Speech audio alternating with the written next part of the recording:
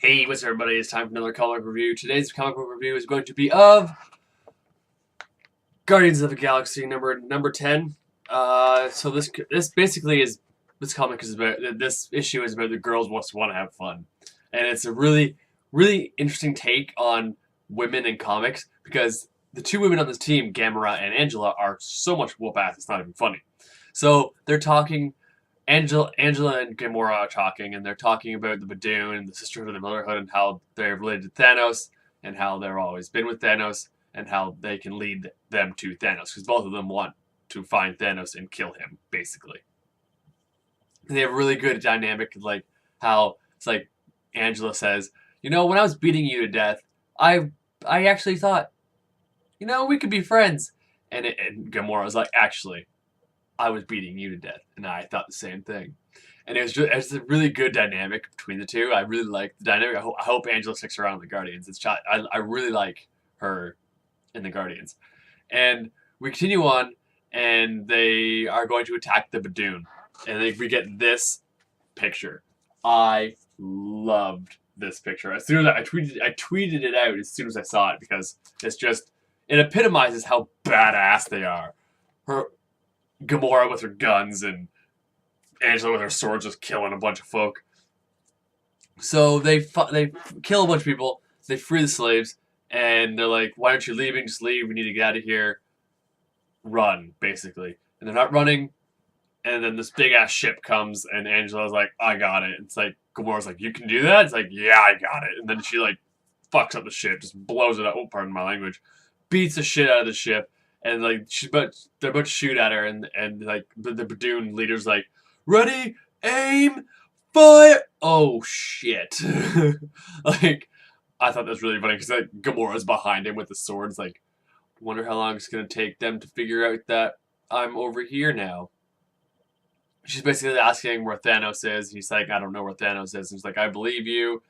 And she goes, I think her best line in the whole thing is like, I'm going to let one of you live so you can tell everyone else who I am. That just was I'm like, easy, we got a badass over here. That's what I basically thought. I thought it was really, really good. And so after she beats the shit out of these people, it flicks over to Gamora, who is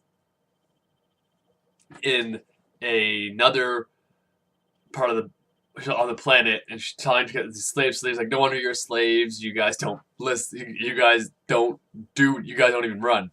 And this big ass guy with a metal jaw, I'll show you this right here, and she kicks the living shit out of him. Just awesome.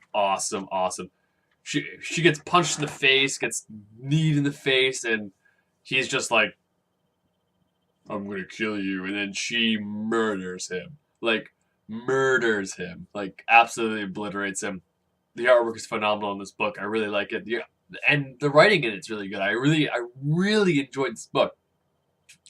But continuing on, we get Angela and this Badoon. They're talking.